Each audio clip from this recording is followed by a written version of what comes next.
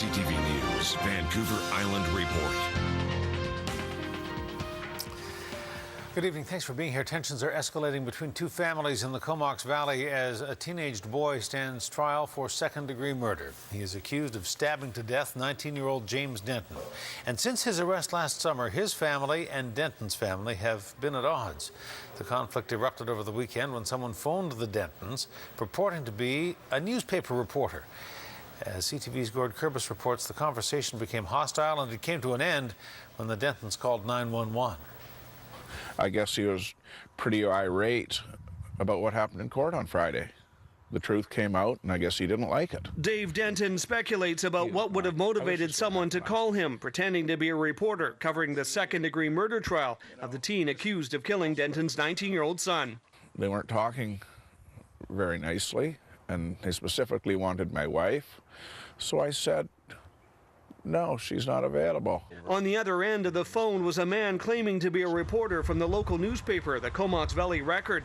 At first, he was asking Denton questions about what happened in court that day, but the man's tone quickly changed. Talking about my family, about the geographic location of our house, equipment that I have around here. The paper's editor confirms none of its reporters made that call. That's a very odd thing to happen. We don't often, I hope, have people representing themselves as being from the Comox Valley Record.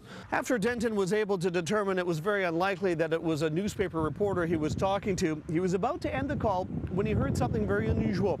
He could hear the caller on the cell phone try to disconnect the phone, but failed to do so. That caller then presumably put the phone in his pocket and then started a conversation with someone that he was with. The phone call lasted for another 3 hours, at which time Denton was able to hear every word. He had witnesses in his house listening to the conversation as well.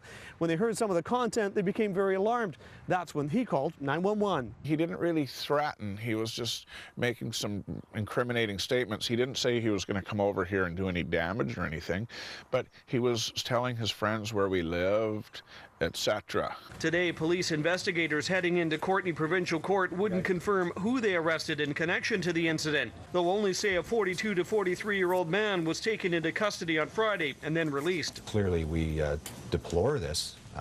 We take our reputation very seriously, and we don't appreciate people representing themselves as being from the Record when they're not.